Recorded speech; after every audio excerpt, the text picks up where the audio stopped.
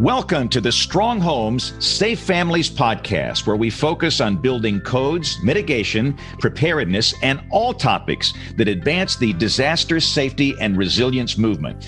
I am your guest host this week. My name is James Spann. I'm the chief meteorologist for the ABC TV affiliate in Birmingham. On today's podcast, we'll look back at the remarkable tornado-strong story of the Harrison family of Athens, Alabama, who survived an EF4 tornado that destroyed their home and their neighborhood 10 years ago. Kevin and Sarabeth Harrison are convinced that they and their two young children are alive today thanks to the safe room they decided to build into the corner of their garage. Their willingness to share their story of survival in the Tale of Two Homes tornado video and on this podcast today continues to encourage other families to take action and makes the Harrisons true heroes of the disaster safety movement. It is my pleasure to introduce Flash Leadership Partners and tornado survivors, Kevin and Sarabeth Harrison. Kevin and Sarabeth, welcome to the show.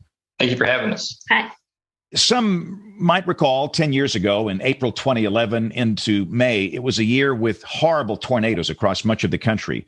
The super outbreak of tornadoes in late April was one of the largest, costliest, and deadliest tornado outbreaks ever recorded. On April 27, 2011, in the state of Alabama alone, there were 62 tornadoes. The death toll, 252. It was a tragedy that we will not soon forget. On that day, April 27, 2011, an EF4 tornado devastated the Harrisons' home and neighborhood.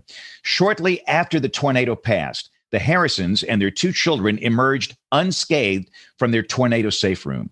So, Kevin, let's take a look back at that day. 10 years ago, your tornado safe room saved your family's lives. When and why did you decide to build that thing? Well, we both grew up in Tennessee, and the storms are bad there, but not nearly as bad as they are here in northern Alabama. And in fact, the actual first night I moved in, it was a pretty bad storm. It wasn't tornadic, but it's a pretty bad storm. And I noticed driving around next few weeks, a lot of, especially out in the more rural areas, there's a lot of the more typical cellar-type storm shelters you could see. And so my father, he did commercial masonry. And so we kind of decided, I started building the external garage. Later, we decided to build a storm room into the corner of that garage as a means of safety for storms when they came up. So, Sarabeth, let's go back to that day. Tell me about your morning and what happened prior to the tornado. Was it a normal day for you and your family? It wasn't really a normal day because I remember we were watching the news and they were saying, it's going to be bad, be prepared. They were like, if it rains and then the sun comes out, it's going to be bad. And that's exactly what happened. I was at home with the kids and Kevin was at work. And I was just watching. I just had the weather on all day. And I was watching it a few times. I was like, okay, we have the storm room, so we can at least go in there. And that's all I pretty much just did, just watching the weather and get ready to get the kids and go in there. So obviously something triggered your action to go into the safe room, which was a tornado warning. How did you get that warning and how much time did you have to get down in that safe room before the tornado hit? I came home early from work that day, too, because just the forecast was bad, mainly from watching the forecast. I also had a small TV in the garage where the safe room was, and we were watching that. We lived pretty close to a radar tower from one of the local news stations, and so we could always associate our location with that from the radar broadcast. And so we could see, and they were projecting the hook echo coming. We kind of got out that day around the garage and around the safe room beforehand, but then we could see the hook echo coming on the radar, and they're predicting it. So that's when we rushed and made sure we got inside and closed the door. Now, was this the first time for you and your family to use the safe room? It was always there for protection in case we needed it. I'd used it once before, right before we got married. I'd already had it built in, and then it got bad one night I got in. But this is the first time we'd ever actually gotten in it and delayed out of the tornado. Yeah, I got in it like earlier that day, like around 11 a.m., just me and the kids. But then when the big one came, later on, all four of us were in there. So, Sarabeth, most people listening to this have never experienced a direct hit by an EF4 tornado. So tell us what it was like in that safe room as the storm was actually coming through. So, when we were first in there, we have the two kids trying to stay calm. And then all of a sudden, you just start hearing things crashing into the storm room. Like you start hearing all these debris falling. And then it just got louder and louder, and you're like, oh, no, I think it's here, and then you could also feel or see like the dirt kind of falling down. I still remember that. It's probably coming under the door. Probably coming under a door, but I could hear it too. And then it just got really, really loud. and then all of a sudden it just stopped. About how long did it take for the tornado to pass through your property? Probably about 30 seconds, but it felt like a lot longer. I actually was outside a little bit beforehand, probably not the best decision, but I saw it coming. When I saw the hook echo, I could actually see the tornado coming towards that radar tower. And that's why I ran back and jumped in with her and said, I think it's coming right at us. And then we closed the door. And the only thing I noticed is right before it hit us, like my ears popped. It's kind of like pressure, like when you're, in an airplane, Right, yeah. where both my ears popped severely. And then it was right on top of us. And the sound was almost deafening there for 30 seconds or so while I was on us. And so you could hear the roof and stuff cracking up at first. And then it was just a deafening roar for about 30 seconds until it was gone. And your kids had to be terrified of this whole experience. What was it like for them during those 30 seconds? Well, the little one, he was only like 3 months old. He's a baby. Yeah. Okay. And our oldest, she was like 2.5 years old, almost 3. And I think she was just kind of following our lead. It's one of those, if the parents are calm, they're going to be calm. She's just kind of looking at us like, is it okay? And I remember I was holding on to her and you were. Yeah, I was holding on to my son. I was over top of him. Yeah, over him, in case you never know what's going to happen, It's like, I hope this storm room holds. So the storm passes, everything settles down. When did you decide to come out of that safe room? Well, the safe room I built my father was a concrete safe room. And the one thing on the door probably wouldn't have met proper codes at the time we made. It was a steel door, but it opened out instead of opening in. So we actually kind of got buried in there for about 45 minutes where just rubble had fallen against the door and I could only get it cracked open. But the entrance to the safe room was inside my external garage. But when I got the door cracked open, it was sunlight I could see outside, and where it should have been looking into the interior of my garage, and I could happen to the crack itself. I could just barely see down the path of the storm as it went past us to the rest of the neighborhood behind us, and I could see all the houses were gone behind us. And so we actually didn't get out until about 45 minutes later, when a group of guys that were coming backwards down the path helped dug us out. And that's part of the reason our story got pushed so hard is one of the fellows that was with it was a photographer for a local newspaper. And he took our picture coming out of the storm room. And that's what picture kind of went viral through Flash. And so that was us coming out right after digging the rubble out so we could actually open the door. But tell me about the 40 minutes you had to wait before you could get out. That knowing that obviously your house had catastrophic damage, that had to be just one of the longest 40 minutes of your lives. Oh, it was. I mean, I was working with my neighbors and stuff too at the time. I knew some of them were around. Luckily, they all had gotten out and left. And we were trying to get calls out. Everything had not long after that, power lines got hit. They were close by that took out most of northern Alabama. Power went out. But luckily, right a few minutes before that, we were able to get some phone calls out before the network went down. And so we called family and let them know our situation. They were still alive, but that we'd gotten hit. And then we were buried in. And you were able to actually get a hold of the police. But they said at the time, they were tied up and they would try to get to us. But our families did get to come down to Tennessee after that. But about a few minutes later, they hit that power lines and almost all communication went down, except a little bit of data. We could still see some of the data online through the data connection, like seeing radar images and stuff. But most of the cellular connection, otherwise phone calls, text messages weren't going through after that. But we were happy to be alive, though. We knew we were safe, but we were concerned for our neighbors and in general. Describe what your property looked like when you were able to get out and kind of step back and look. What was left for those people that haven't seen the photographs? I built a little addition on the back of my house. The part of that was still standing, but everything was pretty much gutted, and the rest of the main part of the house was gone. Both my neighbors' houses on each side were gone. And there's just debris everywhere. You can see where the tornado went. That's just the way that debris went. It was just a mess. I think even our youngest, she was like, "Oh, what a mess." Yeah, what a mess. But some of my neighbors' vehicles, they had gotten dropped on my garage. My truck was in that garage. It got pushed down about 50 feet away.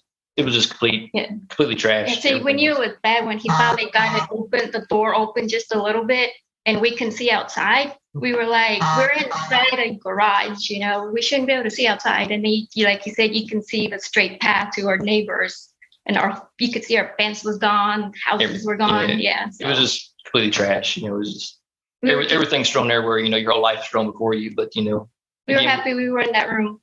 So tell me about your temporary housing. You all of a sudden were homeless within a matter of 30 seconds. Where did you live while your new home was being built?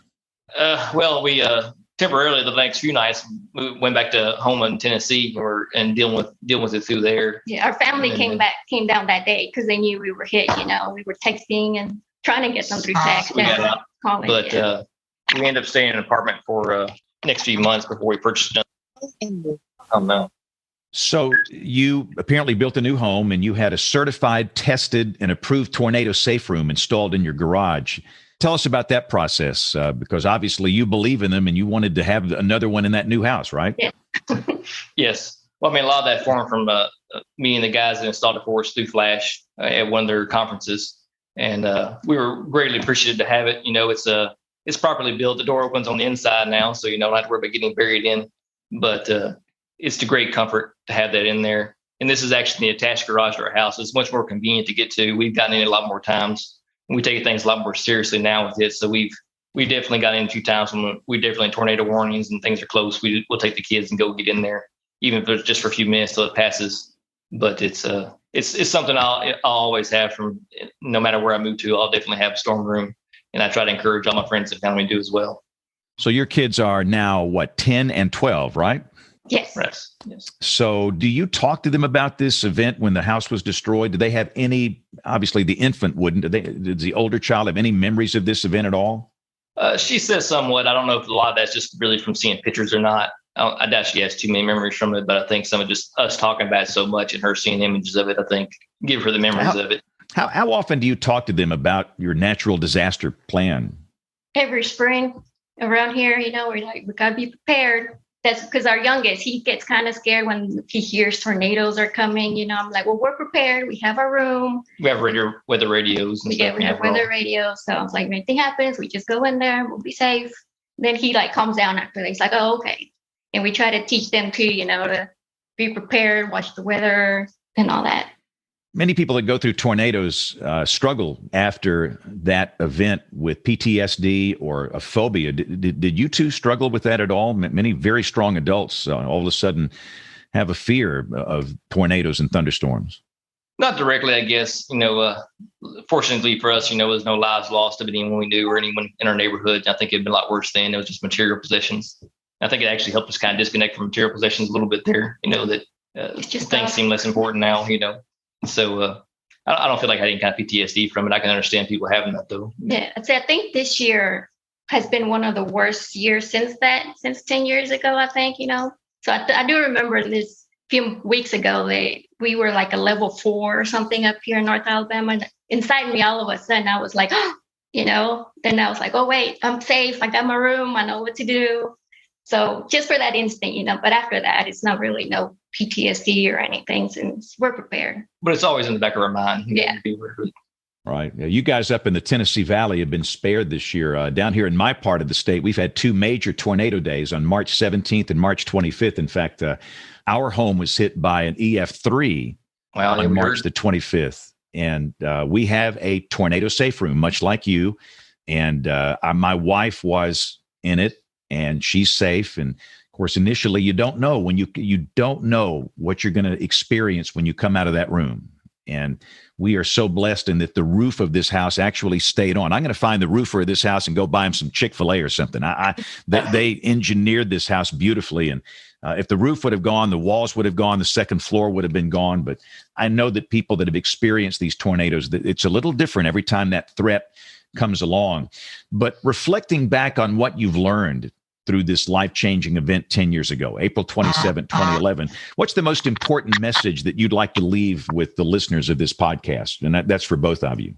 Well, I think the most important thing is to be weather aware and to take your own safety into your own hands and look into getting a safe room. It's worth spending the money on. It's worth that investment. Don't think it's something you need to put off and keep putting off, because you never know what year you're going to need it. It might be the year you were waiting to get the next year. So your safety is your responsibility, and take it seriously, because you could have a story like ours. You could have a more tragic one. You definitely don't want a more tragic one. Have a plan. Be prepared. Listen, I have to preach a little bit, and I'm a weather guy here. I've been doing this down here for 43 years. The lesson I'd like to share with everybody is that you've got to have a way of getting the warnings. And quite frankly, we have learned through social science studies, the biggest problem we face in this state, and I think through much of the country, it's the siren mentality, the notion that you're going to hear some World War II vintage air raid siren before a tornado, where the truth is, during a raging storm, especially in the middle of the night, you can't hear those things. They've never been effective. So what our encouragement is, it's for everybody to have a NOAA weather radio, and your smartphone is the backup. And I think both of you would agree with that assessment. You've got to get the warning, because if you don't get the warning, you don't know to go down to the safe room. Absolutely. Yeah, we have a NOAA weather radio as well that alarms, any time of day that has a battery backup for it. So that's definitely the most important thing. 'Cause, the sirens you can't hear inside. They're not designed to hear inside either. So you can't depend on that.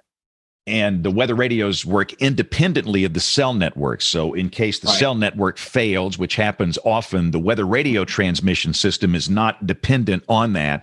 And so having a phone and a weather radio, and the other thing I just say on your phone, a lot of people turn off the emergency alerts. We've learned that many people turn them off because they don't like Amber Alerts, but those are the loud, really loud alerts you get with your phone natively. That's no app.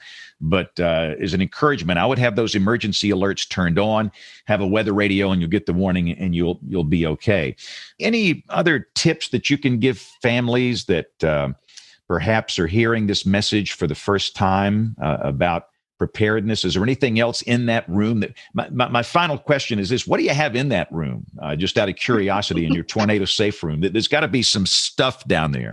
We actually have food in there, water, and we have a portable radio in there as well.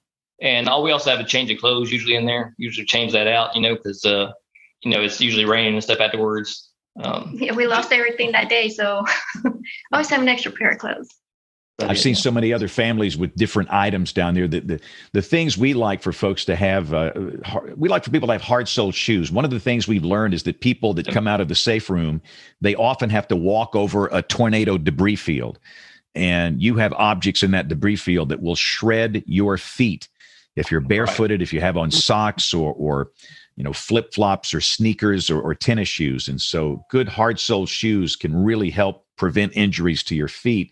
And the other thing we do like for people to have is a little portable air horn, because in some cases, the first responders have a hard time finding you. They can't get through to you. And that can be heard for over a mile. And those things are awfully inexpensive. And they're great fun at work to come up behind your coworkers and scare them half to death.